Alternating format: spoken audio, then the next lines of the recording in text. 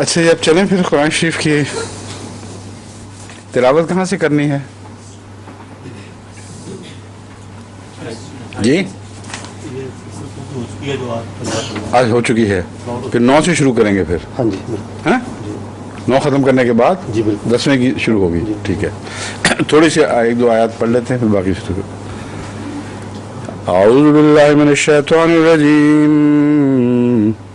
بسم اللہ الرحمن الرحیم.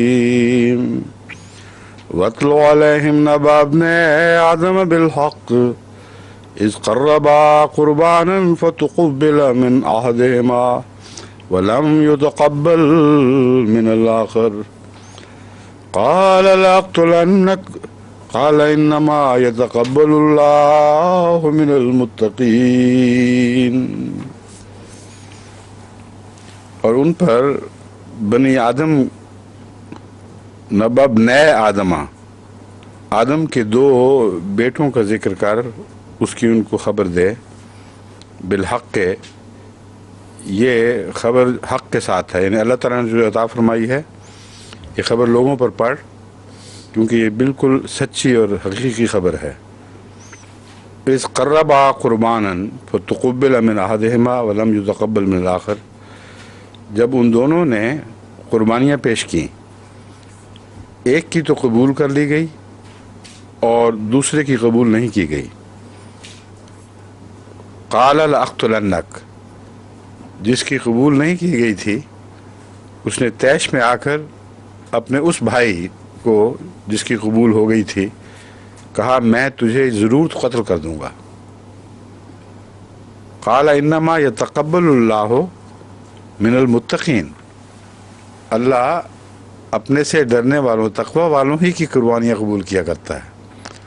اب کیسا خوبصورت جواب ہے جس میں اس کی قربانی کی رد کی وجہ صرف ایک دعوے کے طور پر بیان نہیں کی، بلکہ ثبوت کے طور پر وہ خود وہ وجہ مہیا کر چکا تھا.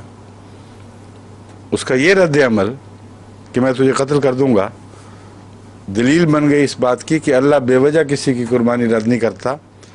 جو ایسے مزاج کے لوگ ہوں ان کی قربانیاں قبول نہیں کی جاتی. اس میں بہت سی باتیں ہیں جو روزمرہ کی زندگی میں ہمارے لیے سبق رکھتی ہیں. وہ لوگ جو جلدی مشتعل ہوتے ہیں وہ مشتعل ہو کے قانون اپنے ہاتھ میں لیتے ہیں اور قوانین میں خدا کے قانون کو بھی اپنے اختیار میں لے لیتے ہیں. زندگی پر صرف اللہ کا قبضہ ہے، اسی کی قدرت ہے، اس کا فیصلہ کرنا اللہ کا کام ہے.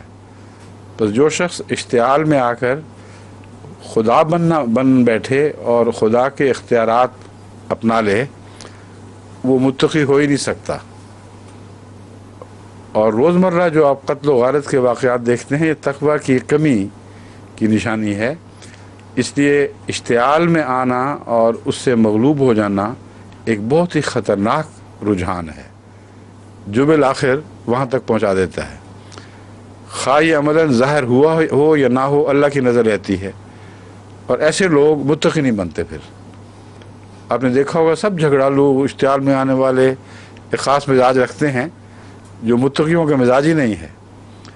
اس لیے اس میں بہت گہرا سبق ہے ہمارے لیے کہ اس شخص نے جس کا اشتعال میں آنا ایک روزمرہ کا دستور تھا اپنی قربانیوں کو بھی ضائع کر دیا. ظاہری طور پر ایسے لوگ خدا کی راہ میں قربانیاں بھی دیتے ہیں، مالی قربانیاں بھی اور دوسری قربانیاں بھی، مگر اللہ تعالیٰ ایسے لوگوں کی قربانیاں قبول نہیں کرتا. اس لیے اپنے نفس کی اشتعال کے اعتبار سے نگرانی بہت ضروری ہے کہ کہیں ہم مغلوب الغضب تو نہیں ہو جاتے. یہ ہے بنیادی نقطہ جس کو سمجھنا چاہیے.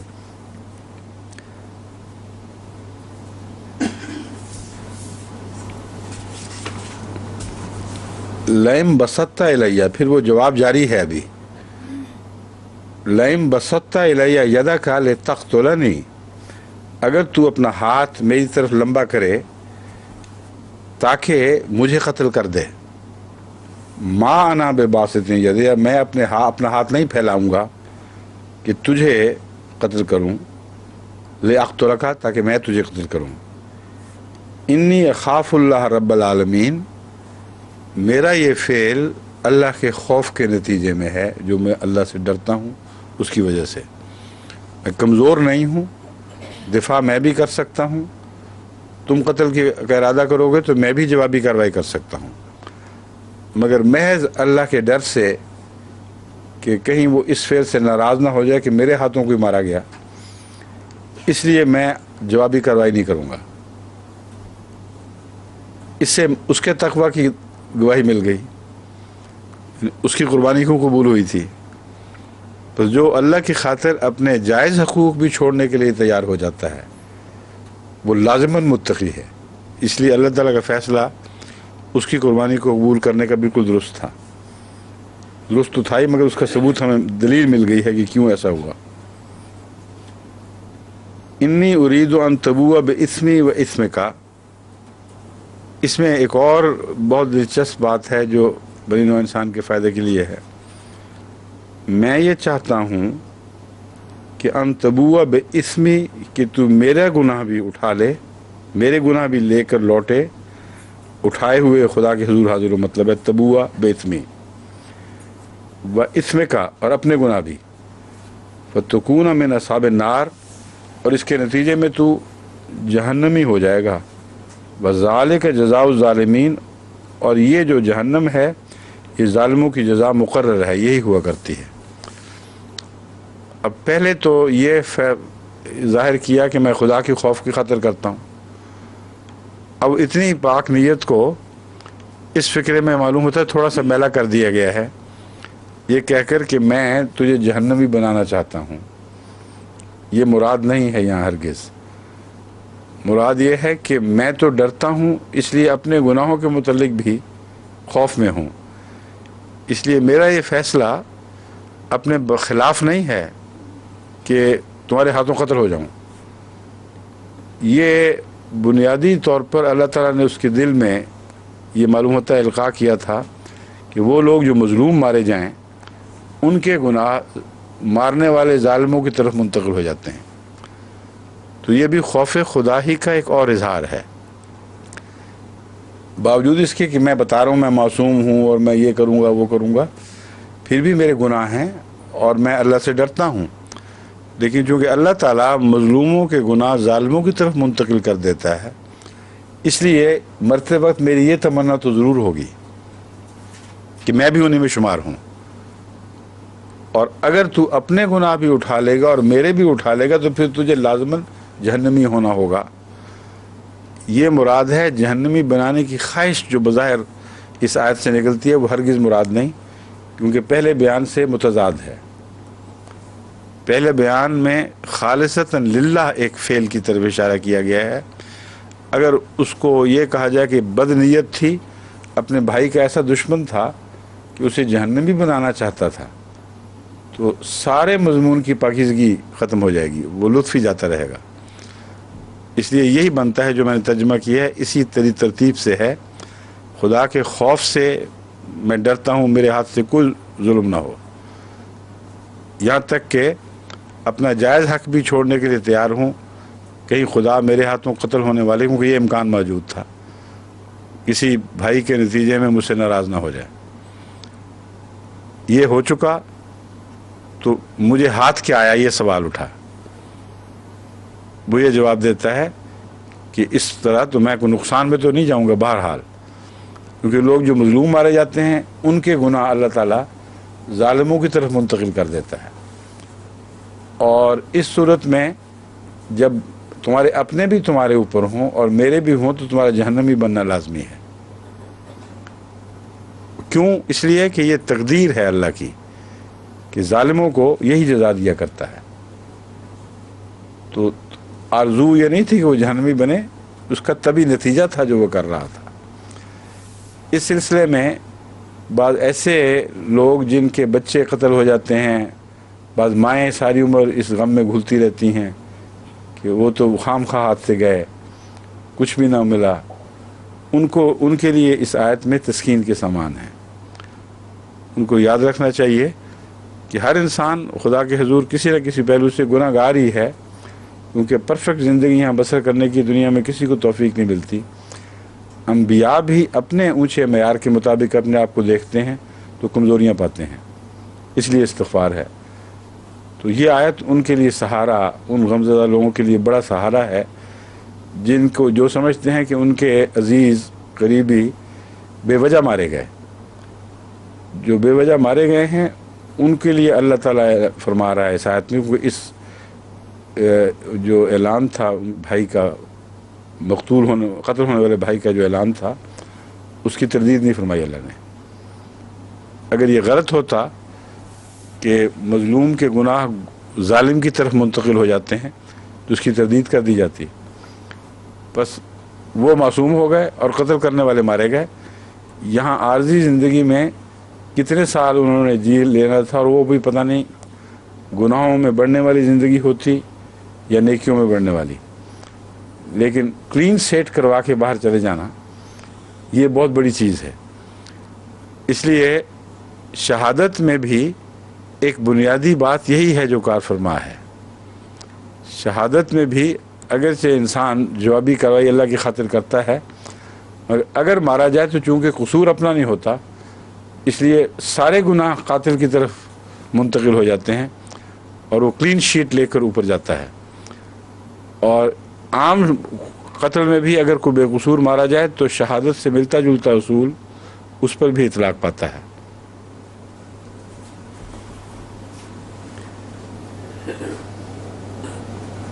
فطوت لہو نفسہ قتل اخیہ، یہ سب کچھ سننے کے باوجود اس کے نفس نے اسے رغبت دلائی کہ اپنے بھائی کو قتل کر دے۔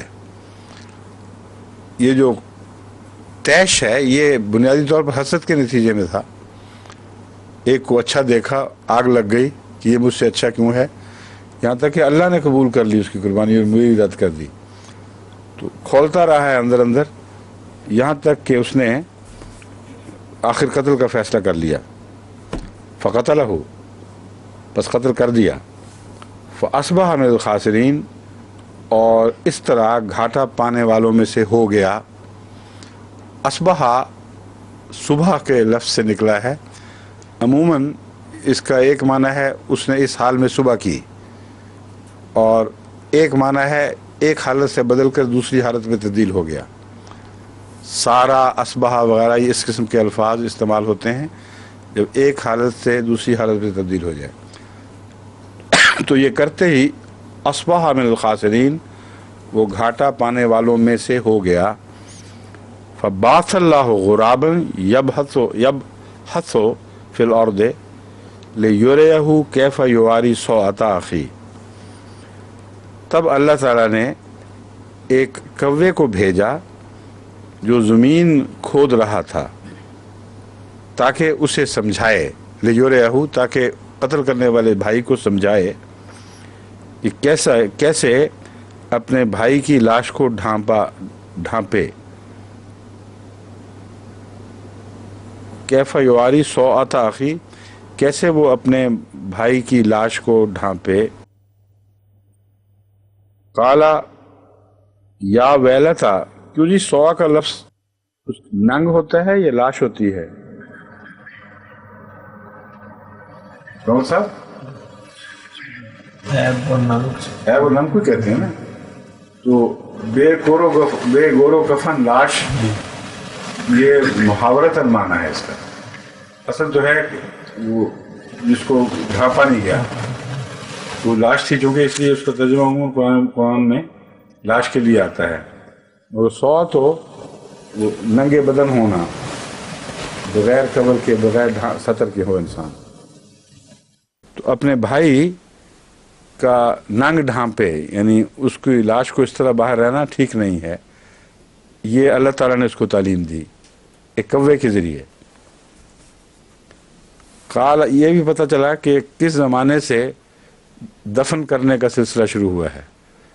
تدفین کا باقاعدہ جو نظام جاری ہوا ہے وہ اس زمانے سے ایک یہ استنباط ہو سکتا ہے، ایک یہ ہو سکتا ہے کہ وہ تو تھا تو صحیح، لیکن اس جاہل کو پتہ نہیں تھا یا بے پرواہ تھا، اس لیے اللہ تعالیٰ نے کوے کے ذریعے اس کو یہ توجہ دلائی کہ اس کو دبا دو، اس کو دفن کر دو۔ قال یا ویلتا عجزت ان اکون مثل هذا الغراب فاواری صوت اخی. اس نے کہا ہائے افسوس. اب اس سے ندامت کی طرف بھی توجہ پھر گئی. ایک ادنا جانور نے ایک اعلیٰ زندگی کی قسم یعنی انسان کو ایک عام سبق دیا ہے جو انسانی تہذیب کے نتیجے میں ہر انسان کے اندر ہونا چاہیے تھا.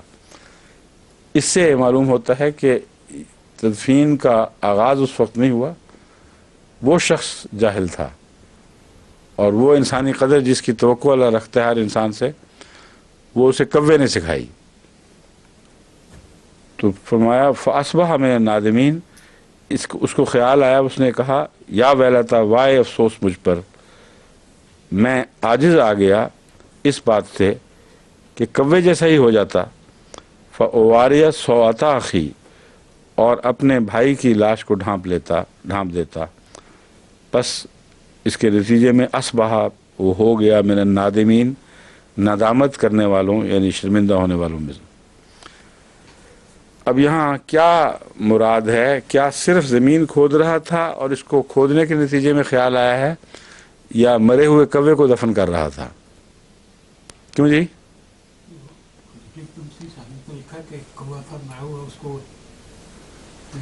ہاں مجھے پتا ہے کیوں.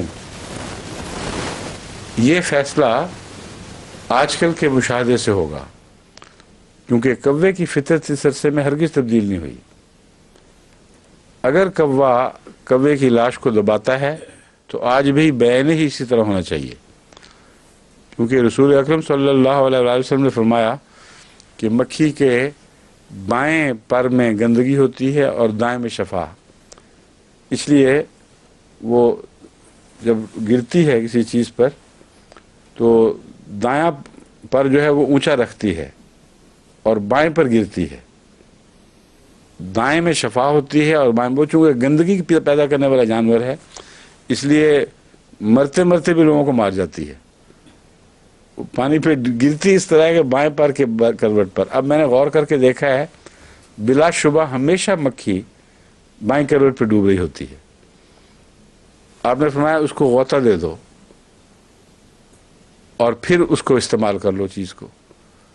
اب یہ بظاہر بڑی عجیب سی بات ہے اور ان سائنٹیفک دکھائی دیتی ہے مگر اس میں قطعی یقینی طور پر ایک ایسی دریافت ہے جس کا 1400 سال بعد لوگوں کو پتہ چلنا تھا. ایک طرف ایک بیماری کے جراثیم ہیں دوسری طرف اینٹی باڈیز پیدا ہو رہی ہیں.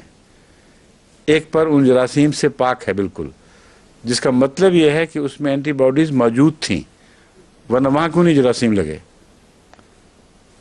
ایک پر سے دوسرے پر تک پہنچنے میں کیسے ممکن ہے کہ وہ جراثیم رک گئے ہوں بے وجہ.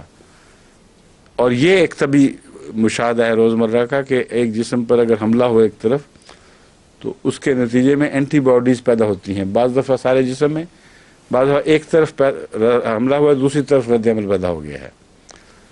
تو مکھی کے معاملے میں احمدی سائنٹسٹ کو ریسرچ کرنی چاہیے. جس طرح شہد کی مکھی میں غیروں نے ریسرچ کی تھی یہ معلوم کرنا چاہیے کہ اس کا جو پر اوپر ہے وہ واقعتاً بیکٹیریا سے پاک ہے. ضرور ہوگا یہ تو ہو ہی نہیں سکتا کہ غلط ہو. اور اگر ہے تو وجہ کیا ہے؟ اتفاقاً اس کے صاف ہونے سے اس کے پانی میں ڈوبنے کے نتیجے میں بیکٹیریا کے مضرات دور نہیں ہو سکتے. اس لیے میں نے اینٹی باڈی کی تھیوری پیش کی ہے کہ اگر اینٹی باڈیز پیدا ہو چکی ہوں اور اس کے نتیجے میں مثلا جب بھی مکھی گندگی پہ بیٹھے تو چونکہ یہ رجحان ہے بائیں طرف کا وہ پر لگتا ہو تو اس کا رد عمل پیدا ہو جائے جسم میں اور دائیں پر میں اینٹی باڈیز بن چکی ہوں تو پھر اگر وہ ڈوبے گا تو اینٹی باڈیز بھی ساتھ ڈوبیں گی اور وہ کھانے یا پانی میں مل کے تو اس کا توڑ کر دیں گی جو جراثیم موجود ہیں. مگر یہ جو میں بات کروں یہ ضمناً اتفاقاً آ گئی ہے منہ پر.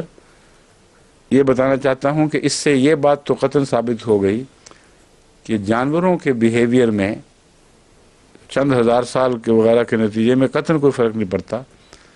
تمام دنیا میں ہر قسم کے جانور فکسڈ بیہیویئر پر ہیں، وہ ان کو انٹیوٹیو تعلیم ہے، علمہا فجورہا و تقواہا، ان کو یہ الہام ہوا ہے کہ ہم نے کیا چیز کرنی ہے، کسے رکنا ہے۔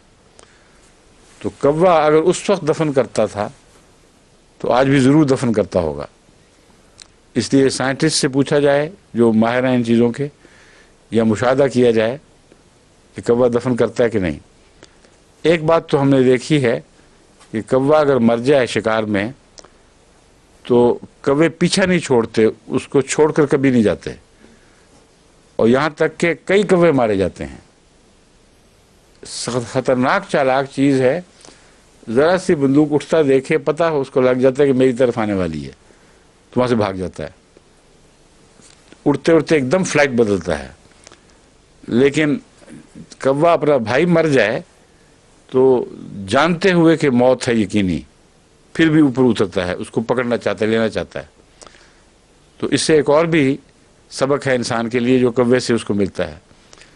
تو اللہ نے کوے سے ایک سبق جو اس کو سکھایا، اس کے اندر یہ سبق بھی شامل ہے کہ اس میں بھائی بند کی ہمدردی بڑی پائی جاتی ہے، اور بعد میں وہ کیا کرتا ہے یہ ہم نے نوٹ نہیں کیا، کیونکہ وہ جو کوا تھا جو مارا، مثلا سندھ میں ایک دفعہ کسی نے مروایا تھا، وہ کسی سے مذاق کے طور پر اس کو صاف سوف کر کے اس کو مرغی کے طور پر کھلانا تھا کسی نے، تو یہ ظلم تھا جو کرنا تھا، اس لیے پتہ ہی نہیں کہ اس کی لاش دفن ہونی تھی کہ نہیں۔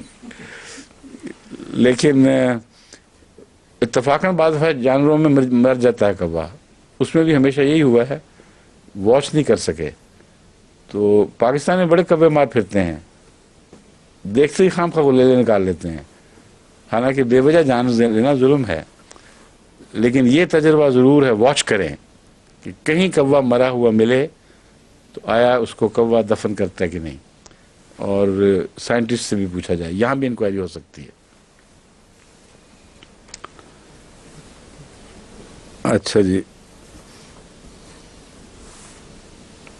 فرمایا من اجل ذالک، اس بنا پر کتبنا علی بنی اسرائیل انہ من قتل نفسا، ہم نے بنی اسرائیل پر یہ لکھ دیا، یہ فرض کر دیا کہ من قتل نفسا بغیر نفس، جو بھی کسی جان کو بے قصور، بغیر اس کے کہ اس نے کوئی جان لی ہو، نفسن بغیر نفسن کا مطلب ہے کسی ایسی جان کو قتل کرے جس نے کوئی خود جان نہ لی ہو، یعنی قاتل نہ ہو، اور فساد فی الارض، یا زمین میں فساد پھیلایا ہو۔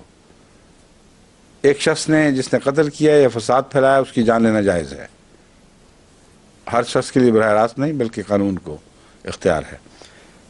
مگر ان دونوں باتوں کے فقدان کی صورت میں اگر کوئی جان لے، فَكَأَنَّمَا قَتَلَ النَّاسَ جَمِيعًا، تو یہ ایسا ہی ہوگا جیسے اس نے تمام انسانوں کو قتل کر دیا۔ وَمَنْ أَحْيَاهَا، جس نے اسے بچا لیا یا زندہ رکھا، فَكَأَنَّمَا أَحْيَا النَّاسَ جَمِيعًا، تو گویا اس نے تمام بنی نوع انسان کو بچا لیا اور زندہ رکھا، زندہ رکھنے میں مددگار ہوا۔ یہ نتیجہ کیسے نکلا کوے والی بات سے، اور یہ کیسے نکلا، یہ کیوں ہوا کہ بنی اسرائیل کو یہ حکم ملا ہے؟ پھر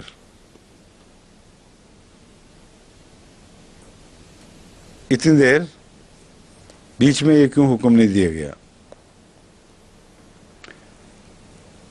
اور بنی اسرائیل کو حکم دیا گیا ہے تو لازم ہے کہ تورات کا آغاز حضرت اسرائیل یعنی حضرت یعقوب کے زمانے سے شروع ہو گیا ہو، ورنہ حضرت موسیٰ سے اتنی دیر پہلے موسیٰ کو دیے جانے والا حکم ان پر کیسے اطلاق پا سکتا تھا؟ اس سے ایک اور وجہ مل گئی کہ کیوں تورات کے متعلق یہ نہیں فرمایا گیا کہ یہ موسیٰ کو دی گئی تھی۔ تورات ایک لمبے زمانے پر پھیلی ہوئی تعلیمات کے مجموعے کا نام ہے جو لازماً حضرت یعقوب کے زمانے سے شروع ہوئی ہے، کیونکہ یہاں اللہ تعالیٰ فرماتا ہے اس کے نتیجے میں ہم نے بنی اسرائیل پر فرض کر دیا کہ یہ ہوگا. تو اسرائیل کے وقت سے یہ تعلیم ہونی ضروری تھی، اس لیے خدا نے جب فرض کیا ہے تو لازماً الہام کیا ہے.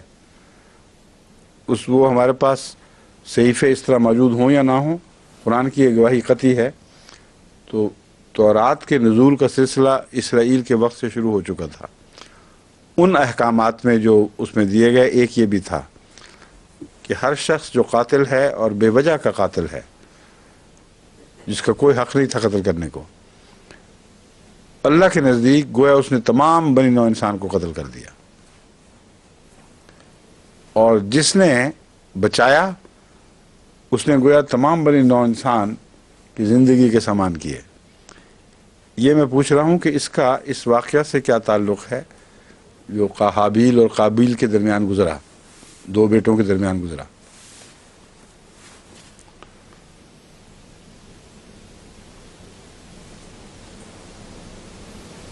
کیوں جی؟ اشرف صاحب تھوڑا دماغ چل سکتا ہے، کافی تسی ہوشیار ہو سوچنے وچ، صرف تھان بدلی گئی ہے، مشکل ہے. میرا خیال ہے اس وقت حابیل اور قبیل، تو قبیل؟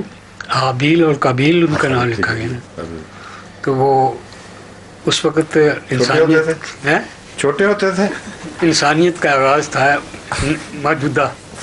تو وہ شروع میں ان کو اگر ایک قتل کر دیا تو آگے نسل جو ہے وہ ختم ہو جائے گی، اس لیے ماری گئی.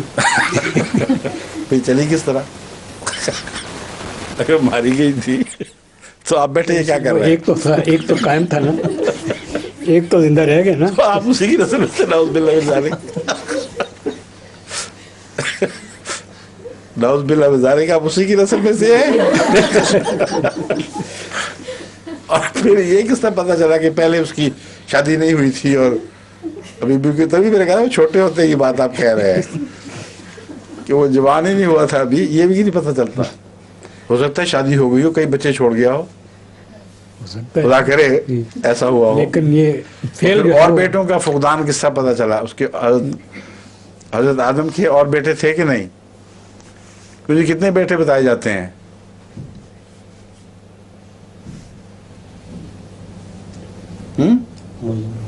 دیکھیں بائبل میں ہے، ذکر ہے اس کا تفصیلی. صرف بات نہیں بنی، آپ بنائیں.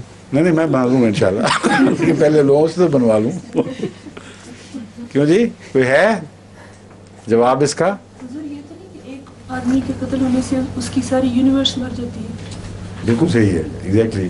یہ میں اس میں ذکر بھی کر چکا ہوں اس کے دوران. یہی بات ہے کہ ایک شخص اگر مرے تو اس کے ساتھ پوری یونیورس مرتی ہے، کیونکہ ہر شخص کی یونیورس اس کی سوچ کے مطابق ایک ظاہر میں موجود ہے. اور اگر دیکھنے والا نہ ہو یونیورس کا تو یونیورس نہیں ہے. اسی لیے بہت سے فلاسفرز نے اس بحث کو چھیڑا ہے اور یونیورس کو وہمہ قرار دینے والوں کا جو کہ سوچ کا آغاز یہاں سے شروع ہوا ہے. وہ کہتے ہیں اگر ہم نہ ہوتے، کوئی بھی نہ ہوتا، تو یہ چاند سورج زمین آسمان کا وجود ایسا ہی تھا جیسے نہیں تھا. کیونکہ اس سے پہلے کا جو زمانہ ہے اس میں نان ایگزسٹنٹ ہیں پریکٹیکلی. جب ان کو سوچا گیا، جب ان کو دیکھا گیا، تو اس وقت ایک وجود ابھرا ہے ان کا. تناظر میں سے دیکھنے والا ہٹا دیں تو پرلا منظر ایک اپوزٹ پول کے طور پر خود بخود غائب ہو جاتا ہے. یہ ہے وہ بات کہ بنی نوع انسان میں سے اگر کسی کو ایک کو قتل کرو گے تو حقیقت میں ایک دنیا قتل ہوئی ہے، اور بسا اوقات ایک اچھی دنیا قتل ہو جاتی ہے. اور اس صورت میں جو بد اثرات پھیلیں گے سب طرف، ان کا گناہ اس شخص پر ہوگا گویا اس نے سارے انسانوں کو قتل کر دیا. اب جو بھلائیوں کا مرقع تھا، نیکی کا مجسمہ تھا، اس کو قتل کیا ہے، تو عملاً تمام بنی نوع انسان میں جو اس کی نیکی کا نمائندہ تھا وہ مارا گیا. کہ یہ بھی معنی ہے، اور اس لیے اللہ اجازت نہیں دے گا اب تمہیں.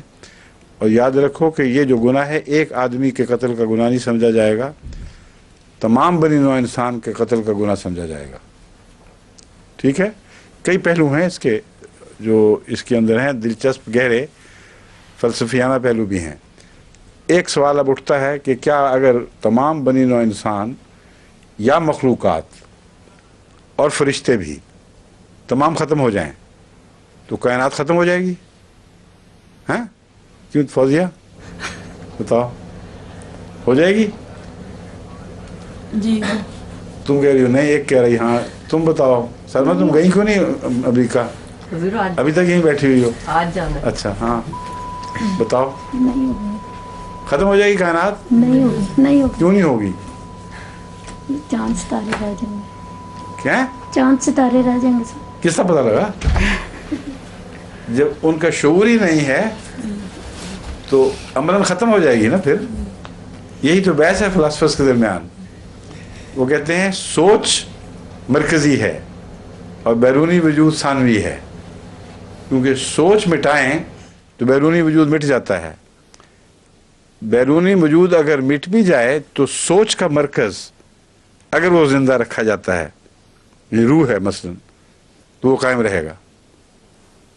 مگر یہ تو بہت انٹریکیٹ بحثیں ہیں نا. اصل جواب ہے کہ نہیں مٹے گی، کیونکہ عالمین کا جو پیدا کرنے والا ہے اصل میں اس کے حوالے سے یہ موجود ہے. اس لیے فلسفیوں کی ساری بحثیں لغو و بے معنی ہیں. اگر خدا ہے، جب تک خدا ہے کائنات ہے، وہ مٹائے گا تو پھر مٹے گی، ورنہ نہیں مٹ سکتی، اور کوئی سوچنے والا موجود ہو یا نہ ہو. سمجھ گئے ہیں؟ اس لیے اللہ نے انسانوں کے حوالے سے صرف بات کی ہے. جہاں تک انسانوں کا تعلق ہے، کیونکہ ہر انسان کے ساتھ ایک کائنات ظہور پذیر ہوتی ہے. تم اگر انسان کو مارو گے تو گویا تم نے سب انسانوں کو مارا. یہ نہیں فرمایا کہ ساری کائنات ڈسٹرائے کر دی. سمجھ گئے اب؟ چلو جی.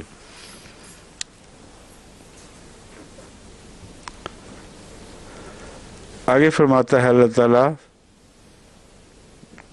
وَلَقَدْ جَاءَتْهُمْ رُسُلُنَا بِالْبَيِّنَاتِ ثُمَّ إِنَّ كَثِيرًا مِّنْهُمْ بَعْدَ ذَلِكَ مِنَ الْأَرْضِ لَمُسْرِفُونَ فِي الْأَرْضِ لَمُسْرِفُونَ. پھر ان کے پاس ہمارے رسول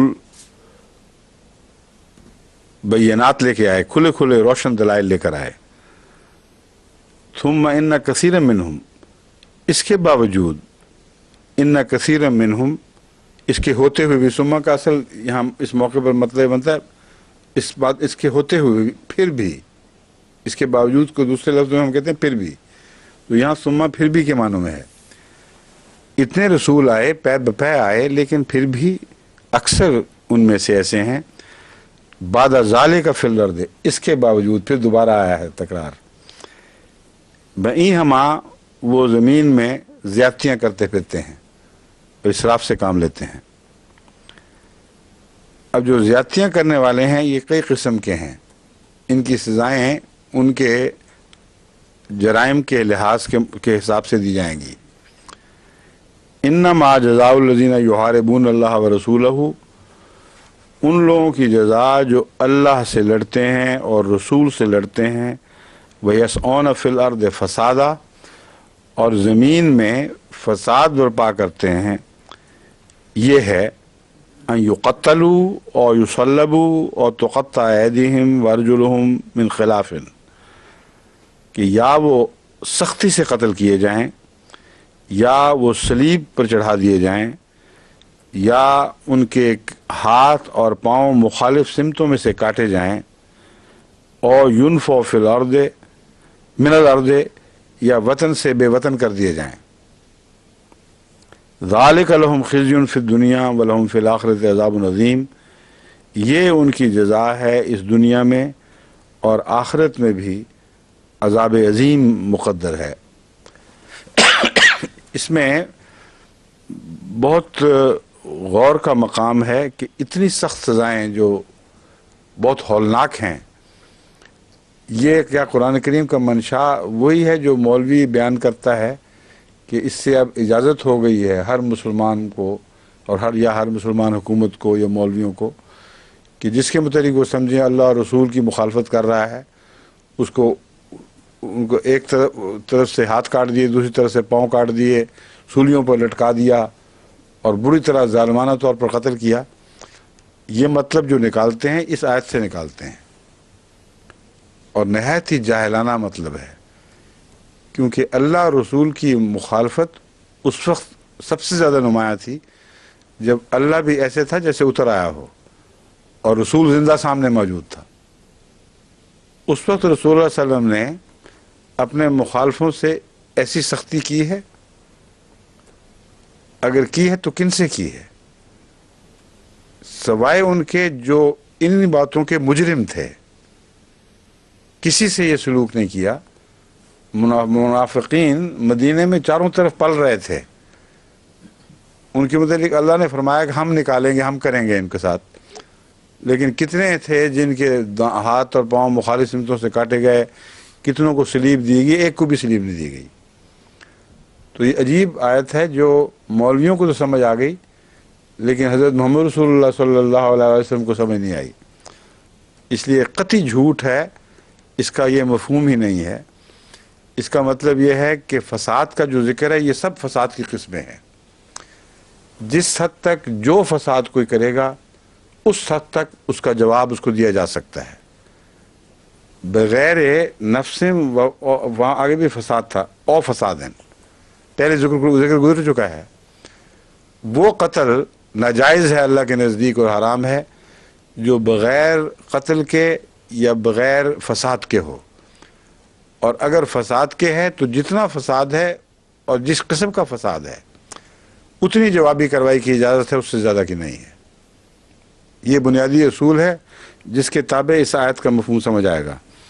اب آگے دیکھیں، اللہ تعالیٰ فرماتا ہے ذالک لہم خزی فی الدنیا ولہم فی الآخرۃ عذاب عظیم الا الذین تابوا من قبل ان تقدروا علیہم، یعنی یہاں کسی مشتعل انتقامی سوچ نے اس آیت کو جنم نہیں دیا، بلکہ ایک حکیم بردبار خدا کا کلام ہے، اور فرماتا ہے کہ ہاں یہ مجرم خواہ ان باتوں کے مرتکب بھی ہو چکے ہوں، اگر تمہاری پہنچ سے پہلے، تمہاری دستبرد میں آئے ہوئے بغیر نیک ہو چکے ہوں، اصلاح کر چکے ہوں، خواہ وہ قاتل ہوں خواہ وہ ظالم ہوں، اگر تمہارے پکڑنے سے پہلے اس سے تم ان پر دسترس رکھو، وہ توبہ کر بیٹھے ہوں، تو پھر تمہیں کوئی حق نہیں ہے، پھر ان کو دوبارہ جینے کا حق دو۔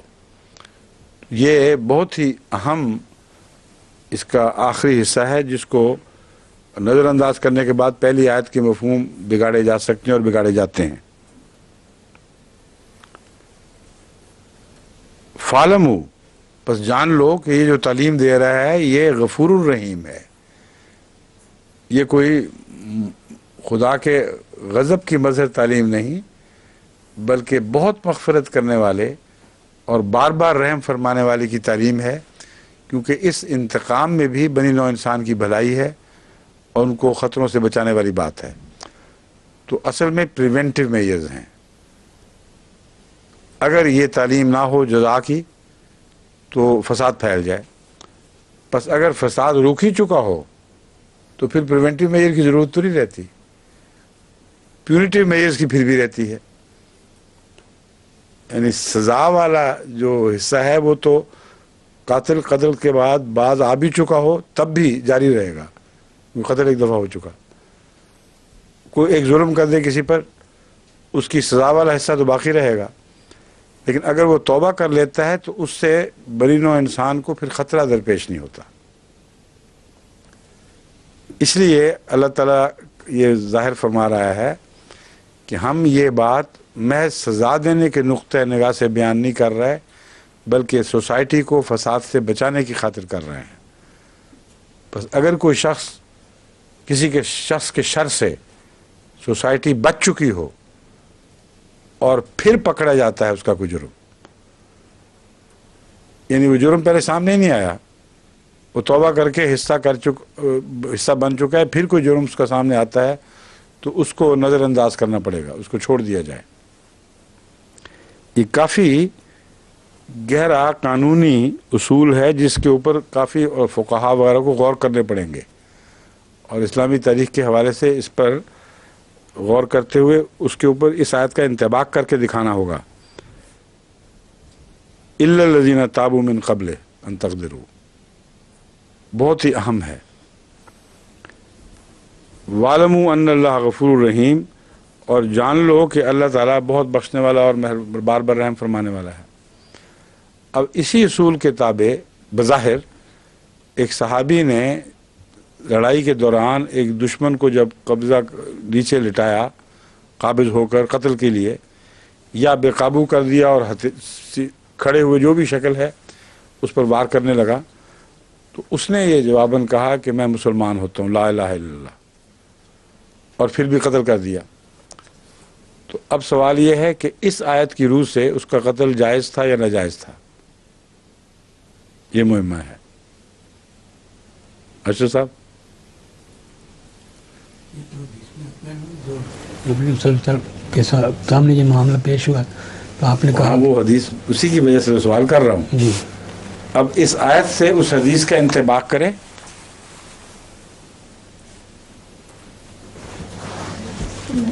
ہیں؟ پھر نہیں کرنا چاہیے، کیا پھر نہیں مارنا چاہیے. نہیں ماننا چاہیے؟ کیوں؟ آیت تو کہتی ہے کہ قبضے سے پہلے اگر وہ توبہ کر چکا ہو تو پھر نہیں مارنا، پھر سزا نہیں دینی. وہاں قبضے کے بعد کی توبہ ہے، اور حدیث کہتی ہے غلط فعل کیا اس نے. حدیث قرآن کے خلاف کیسے ہو سکتی ہے؟ اس لیے اس آیت کو ہم وار کر لیں اپنے ذہن میں، پھر آگے چلیں. اس وقت اس نے لا الہ پڑھ لیا تھا حدیث ہاں میں. پڑھ لیا تھا، ہمیں پتہ ہے. تو اس سے سوال کا جواب تو نہیں آیا. تو جناب اس طرف کوئی ہے؟ آپ کو موقع دے رہا ہوں سوچ لیں، ورنہ میں ان سے پوچھ لینا قبر صاحب سے. آج امام صاحب کہاں غائب ہیں؟ کیا وجہ ہوئی؟ پتہ نہیں.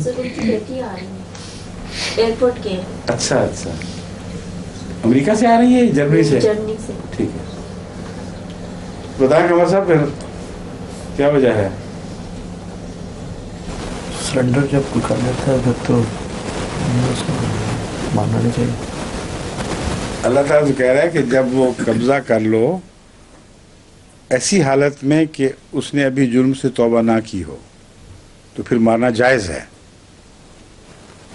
اگر وہ قبضے سے پہلے، تمہارے اقتدار سے پہلے توبہ نہ کر چکا ہو اور اقتدار کے بعد توبہ کرے تو پھر بے شک مار دو، پھر بے شک سزا لاگو کر دو.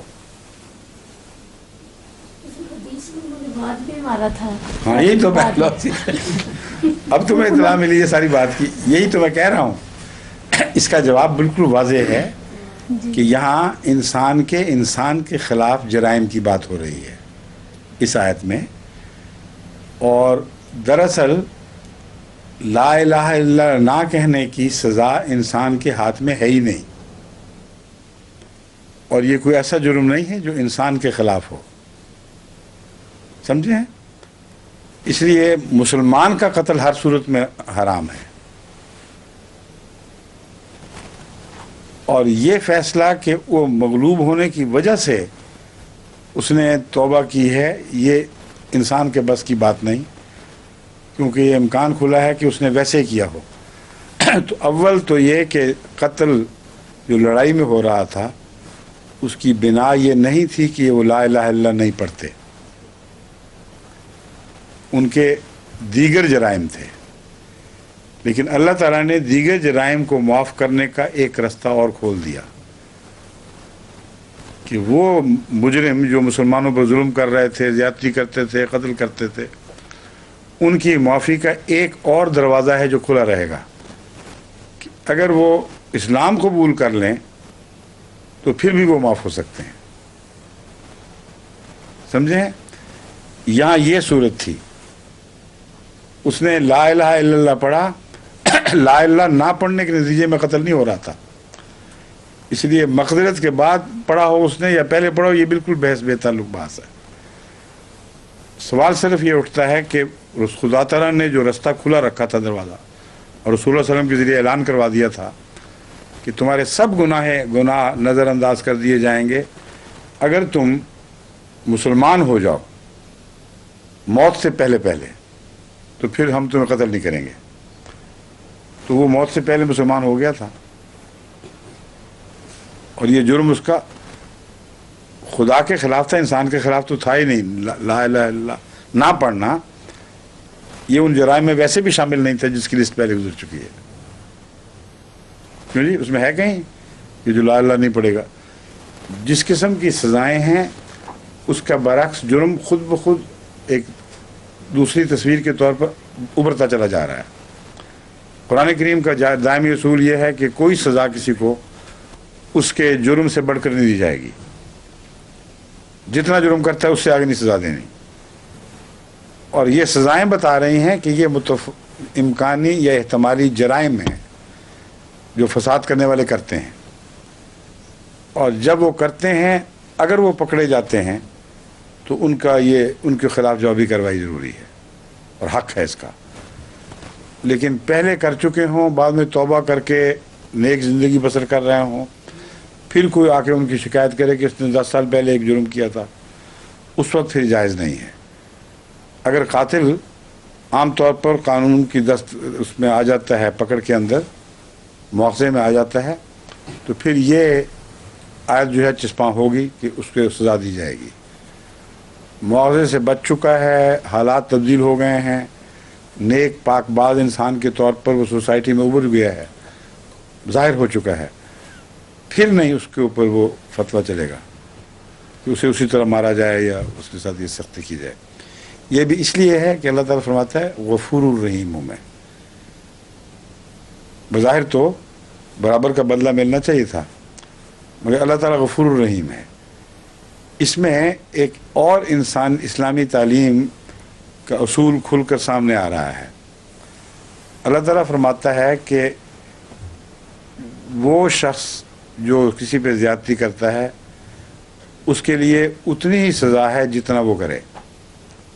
جزاء سیئۃ سیئۃ مثلھا، ہر جرم کی جزا بین ہی اتنی ہے جتنی وہ کرتا ہے، اس کا کوئی گناہ نہیں ہے. لیکن ومن عفا و اصلح فاجرہ علی اللہ، جو عفو سے کام لیتا ہے اس حالت میں کہ دوسرے کی اصلاح ہو جاتی ہے، عفو کرتا ہے اور اصلاح کرتا ہے. یہاں اپنی اصلاح مراد نہیں ہے ہرگز. عفا و اصلح، جو عفو سے کام لیتا ہے یہاں تک کہ وہ عفو منتج ہوتا ہے اصلاح پر، تو پھر اس کا اجر خدا پر ہے، اس کا بخشنا جائز ہے. پھر ایسے شخص سے انتقام لینا مناسب نہیں ہے. یہ وہی چیز ہے، چونکہ اصلاح پہلے ہی کر بیٹھا ہے اس لیے عفو کا مستحق ہو گیا. اگر ایسا عفو جس کے نتیجے میں معقول حد تک اصلاح کا امکان موجود ہو، خدا کے نزدیک پسندیدہ ہے، تو وہ جو پہلے ہی اصلاح کر بیٹھا ہو اس سے عفو کا سلوک تو بدرجہ اولا ہونا چاہیے. سمجھیں؟ یہ قوانینی اصول اور مسالے ہیں جو احکامات کے پس پردہ کام کر رہے ہیں. ایک حکم ہے، ایک حکمت ہے. تو ہر حکم کے پیچھے حکمتیں ہیں جو ہمیں ساتھ ساتھ سمجھتے رہنا چاہیے تاکہ قرآنی احکامات کا فلسفہ بھی ہم سمجھ سکیں.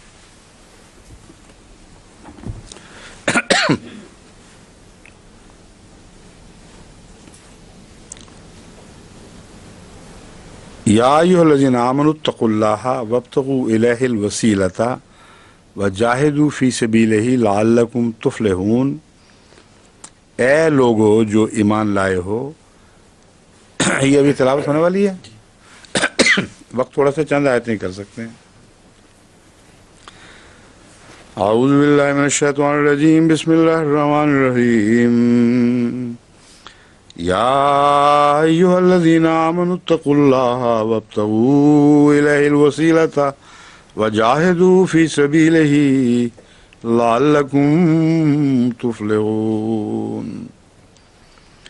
ان الذين كفروا لو ان لهم ما في الارض جميعا ومثله معه ليفتدوا به من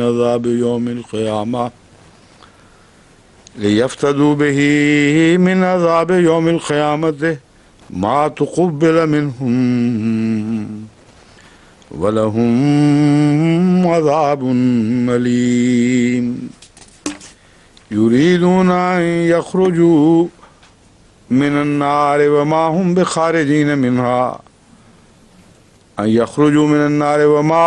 بخارجين منها ولهم عذاب مقيم والسارق والسارقة فاقطعوا أيديهما جزاء بما كسبا نكالا من الله والله عزيز حكيم فمن تاب من بعد ظلمه وأصلح فإن الله يتوب عليه إن الله غفور رحيم.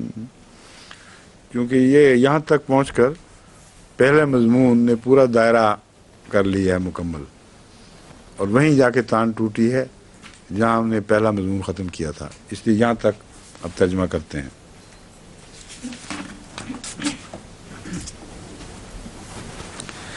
اے لوگو جو ایمان لائے ہو، اللہ کا تقویٰ اختیار کرو، وابتغوا الیہ الوسیلۃ، اور اسی سے اس کے قرب کا وسیلہ چاہو.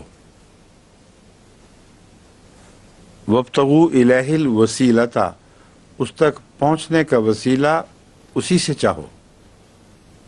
وجاہدوا فی سبیلہ، اور اس کی راہ میں جہاد کرو، لعلکم تفلحون، تاکہ تم کامیاب ہو جاؤ. ان الذین کفروا، یقیناً وہ لوگ جنہوں نے کفر کیا ہے، لو ان لہم ما فی الارض جمیعا ومثلہ معہ لیفتدوا بہ من عذاب یوم القیامہ ما تقبل منہم. وہ لوگ جنہوں نے کفر کیا، اگر ان کے پاس جو کچھ بھی زمین میں ہے وہ سب کا سب ہوتا، ومثلہ معہ، اور ایسا ہی اور بھی، لیفتدوا بہ، تاکہ وہ اپنا فدیہ دے کر اپنے آپ کو عذاب یوم القیامہ، قیامت کے دن کے عذاب سے بچا لیں. ما تقبل منہم، یہ ان سے قبول نہیں کیا جائے گا. اس میں پہلی بات ہے وسیلے والی. وسیلہ اسی سے چاہو. بعض لوگ جو کہتے ہیں نا کہ ہم نے ان چیزوں کو وسیلہ کے طور پر پکڑ لیا ہے، وسیلے کے طور پر، یہ بت بھی وسیلہ بنائے ہیں، یہ پیر بھی وسیلے بنائے ہیں، تو اللہ تعالیٰ نے تو خود وسیلے بنانے کی اجازت ہی نہیں دی. اللہ تعالیٰ فرماتا ہے اللہ ہی سے وسیلہ چاہو، جس کو وہ وسیلہ قرار دے اسی کو پکڑو، اس کے سوا تمہیں کوئی اس تک نہیں پہنچا سکے گا. اس لیے محمد رسول اللہ صلی اللہ علیہ وآلہ وسلم کو خدا خود وسیلہ کہہ چکا ہے، اس لیے آپ وسیلہ ہیں. ورنہ ہر کس و ناقص کا اختیار نہیں ہے کہ کوئی فلاں پیر کو وسیلہ بنا لے، کوئی فلاں پیر کو وسیلہ بنا لے. اس لیے اس آیت سے غلط استنباط کیا جاتا ہے. اس سے آپ کو سمجھنا چاہیے آپ کو کہ ہرگز وہ استنباط نہیں ہو سکتا کہ وسیلہ جس کو چاہو پکڑ لو. وابتغوا الیہ الوسیلۃ، اس کا ایک مطلب ہے اس کی طرف جانے کا وسیلہ پکڑو،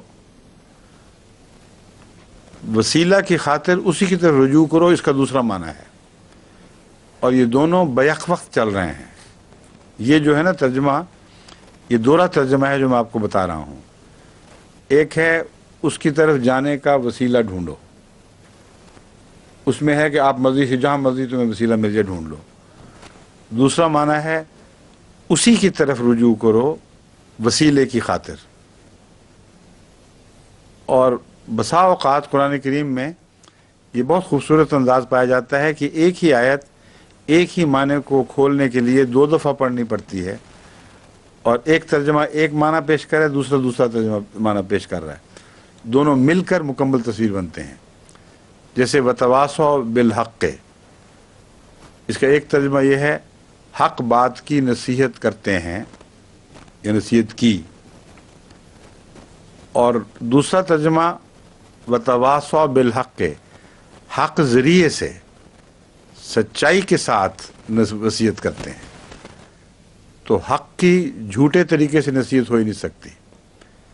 حق کی نصیحت کرتے ہیں اور حق طریق پر نصیحت کرتے ہیں. وتواصوا بالصبر، صبر کی نصیحت کرتے ہیں اور صبر کے ساتھ نصیحت کرتے ہیں. یہ نہیں کہ خود بے صبر ہوں اور دوسروں کو نصیحت کرتے چلے جائیں. صبر کی نصیحت کرنے کے لیے صاحب صبر ہونا ضروری ہے. تو یہ قرآن کا انداز ہے. اسی انداز کے مطابق اس آیت کے دو معنی بیک وقت کار فرما ہیں کہ اللہ سے اللہ کی طرف جانے کا وسیلہ ڈھونڈو اور اللہ ہی سے چاہو وہ وسیلہ جو اس تک پہنچاتا ہے. سمجھ گئے ہیں آپ؟ وَجَاهِدُوا فِي سَبِيلِهِ لَعَلَّكُمْ تُفْلِحُونَ، اور اس کی راہ میں جہاد کرو تاکہ تم کامیابی حاصل کرو، کامیاب ہو جاؤ.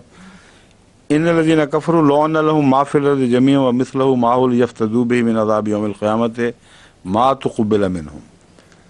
پہلے فرمایا غفور الرحیم، اب فرماتا ہے کہ اگر وہ فدیہ دیں، سب کچھ بھی دے دیں جو زمین میں ہے اور بھی پیدا ہو جائے وہ بھی دے دیں، تبھی بھی نہیں چھوڑا جائے گا. اس لیے کہ پہلے اصول بیان ہو چکا ہے من قبل ان تقدروا علیہم. اللہ نے موت بھیج کر ان پر قدرت حاصل کر لی. اس سے پہلے موقع تھا، تھوڑا بھی خرچ کرتے تو ان کے کام آ جاتا. اللہ جس چیز کی نصیحت کر رہا ہے اس پر عمل پیرا بھی ہے. اس کی بھی وہی سنت ہے کہ جب تک خدا کی پکڑ نہ آ جائے اس وقت تک وَلَا تَهِينَ مناس کی آواز نہیں اٹھتی. جب ایک دفعہ پکڑ آ جائے پھر بچنے کا کوئی موقع، کوئی سوال نہیں پیدا ہوتا. پھر یہ آواز اٹھتی ہے لا تَهِينَ مناس، اب بھاگ نکلنے کی کوئی راہ باقی نہیں ہے. تو اصول وہی ہے جو پہلے بیان ہوا ہے کہ خدا کی چونکہ مقدرت آ چکی ہوگی، قدرت پہلے آ چکی ہوگی، اس کو قبضہ کر چکی ہوگی اس پر، اس کے بعد پھر اس کے لیے کوئی بخشش، کوئی معافی کا کوئی سامان باقی نہیں رہتا. ہاں اس کے لیے ان کے لیے، ایسے لوگوں کے لیے دردناک عذاب مقدر ہے. یریدون ان یخرجوا من النار وما هم بخارجین منہا. وہ چاہیں گے کہ آگ سے نکل جائیں جبکہ آگ سے نکلنے والے نہیں بنیں گے، یعنی کبھی نکل نہیں سکیں گے. دوسرا معنی ہے کہ وہ چاہیں گے آگ سے نکلنا، وما هم بخارجین منہا، وہ نکل سکتے ہی نہیں ہیں اس سے.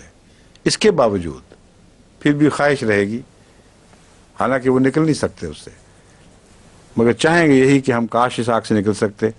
وَلَهُمْ عَذَابٌ مُقِيمٌ، ان کے لیے ٹھہر جانے والا عذاب ہے، جو آ کے ٹھہر جاتا ہے پھر چھوڑتا ہی نہیں، گھیرے میں لے لیتا ہے. جو چلنے والا عذاب ہے وہ کبھی داخل ہوا کبھی نکلے گا بھی تو صحیح، لیکن ٹھہر جانے والے میں حرکت کوئی نہیں. اس نے گھیرے میں لیے رکھا ہے اور وہیں بات کھڑی ہو گئی.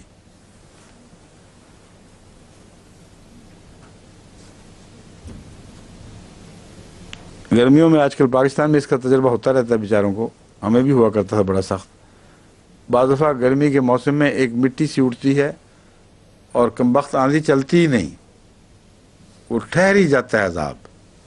سب سے زیادہ تکلیف دہ گرمی کا حصہ وہی ہوتا ہے کہ مٹی اوپر چڑھی ہوئی ہے، اسی چڑھی جا رہی ہے، انسان دیکھتا ہے شاید کوئی افق سے آندھی اٹھے، کوئی موسم بدلے، لیکن ہفتوں بعض دفعہ یہی کھڑا رہتا ہے. تو عذاب مقیم جو ہے وہ جو ادنا بھی ہو بہت خطرناک چیز ہے. والسارق والسارقۃ فاقطعوا ایدیہما جزاء بما کسبا نکالا من اللہ.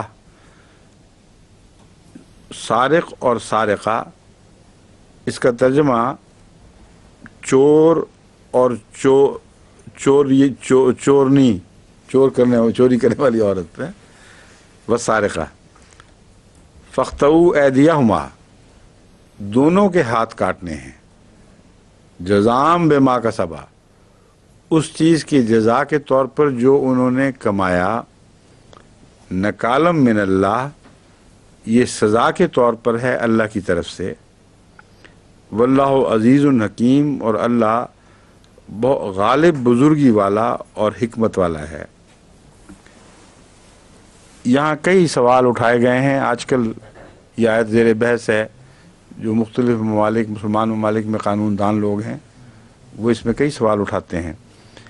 ایک تو ایسا سوال ہے جو پہلے حضرت مسلم موعود خود اٹھا چکے ہیں اور ہمارے تراجم میں وہ ملتا بھی ہے، اس کو تفاسیر میں اس کا ذکر ملتا ہے کہ السارق فرمایا ہے، یہ نہیں فرمایا وہ من سرقہ، جس نے چوری کی اس کے ہاتھ کاٹ دو، یہ کہیں نہیں فرمایا. السارق فرمایا ہے جو عادی چور پر اطلاق پانے والا لفظ ہے. ایک دفعہ کوئی چوری کر لے تو اس کو چور کہا ہی نہیں جاتا، یا گھر سے جو چھوٹی موٹی چیز کسی نے کھا لی، کوئی نکال لی، اس کو عادی چور نہیں کہا جاتا، نہ ہی چور کے طور پر اس پہ مقدمے درج ہوا کرتے ہیں. اس لیے چور وہ ہے جس کی چور کی حیثیت سوسائٹی میں متحقق ہو چکی ہو اور اس کو بحیثیت چور کے عدالتوں میں پیش کیا جا سکے.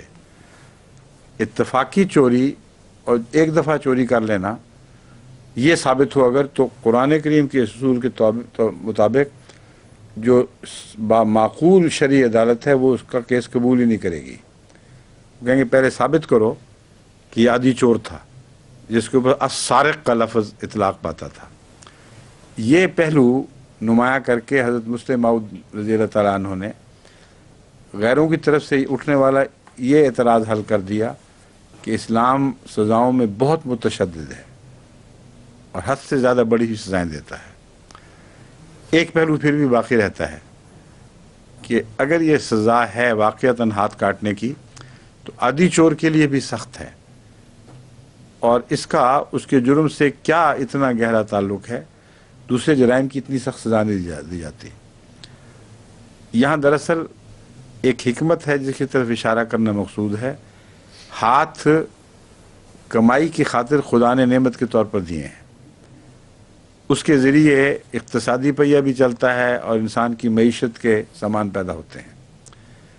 ان ہاتھوں کو اگر معیشت کو قتل کرنے کے لیے استعمال کیا جائے تو ساری معیشت کے لیے یہ لوگ خطرہ بن جاتے ہیں، کیونکہ اگر چوری کی جائے تو اس چوری ذریعے سے اقتصادی پہیے سے چیز نکال لی جاتی ہے، گھوم رہا ہے اقتصادی پہیہ، اس چینل میں سے چیز نکال لی جاتی ہے، اور وہ چوری جو ہے وہ کوئی مفید اقتصادی پروڈکشن نہیں کرتی، نان پروڈکٹیو فیل ہے، بلکہ پروڈکشن کو ڈیمیجنگ ہے. جہاں چوری بڑھے گی وہاں اقتصادیات برباد ہوں گی. یہاں تک کہ افریقہ کے ممالک میں آپ دیکھیں جہاں زیادہ چوری ہے وہاں فیلیور ہے ہر قسم کی کوشش جو ان کو اپنے پاؤں پر کھڑی کرنے کی جاتی ہے. جرمنی نے بھی بڑی بڑی محنتیں کی، بہت جدید ترین انڈسٹری وہاں قائم کی، اس سے بہتر انڈسٹری دنیا میں کہیں اور نہیں تھی، مگر کاٹن کی انڈسٹری جو کپڑا بنانے کی انڈسٹری تھی وہ اپنے پہلے ابتدائی 5 سال سے پہلے ہی اسٹینڈ سٹل ہو گئی. 5 سال تو اس کو ملتے ہیں ٹیکس فری، یعنی یہ سمجھا جاتا ہے کہ اصل تو گورنمنٹ کو فائدہ ہوگا اس کے بعد، کیونکہ جب وہ چلے گی پھر پورے زور سے تو ابھی اس میں دم ہوگا تو چلے گی. یہ 5 سال سے پہلے ہی ختم ہو گئی، سب چیزیں کھا گئے لوگ چوریاں کر کر کے، اور کوئی کنٹرول نہیں رہا. آخر جنرل نے کہا ہمیں چھوڑو، معافی دو، ہم جاتے ہیں یہاں سے. تو ایک چوری جو ہے یہ اقتصادیات کو تباہ کرنے کے لیے بہت ہی خطرناک چیز ہے، اور رفتہ رفتہ جہاں چوری بڑھتی ہے وہاں گورنمنٹ کے اموال کھائے جاتے ہیں، پبلک اموال کھائے جاتے ہیں، ایک دوسرے کی تجارت کو نقصان پہنچایا جاتا ہے، اور رفتہ رفتہ امن اٹھ جاتا ہے. یہ چوریاں جو ہیں یہ بہت گہرا اثر ڈال چکی ہیں مشرق کی اقتصادیات پر. اب مغرب میں بھی شروع ہو چکی ہیں اور دن بدن بڑھ رہی ہیں، اور ان کی اقتصادیات کو اس کا نقصان پہنچا بھی ہے، مزید پہنچے گا.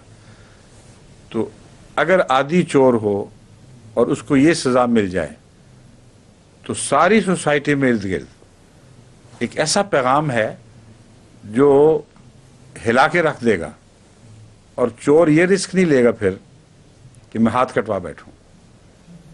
اس لیے پریونٹیو میجر ہے یہ اصل میں، اور جہاں یہ پریونٹیو میجر استعمال ہوا ہے اگر ظلم سے نہ ہوا ہو یہ ضروری ہے کہ سوسائٹی میں انصاف ہو تب یہ معیار قائم کیا جائے.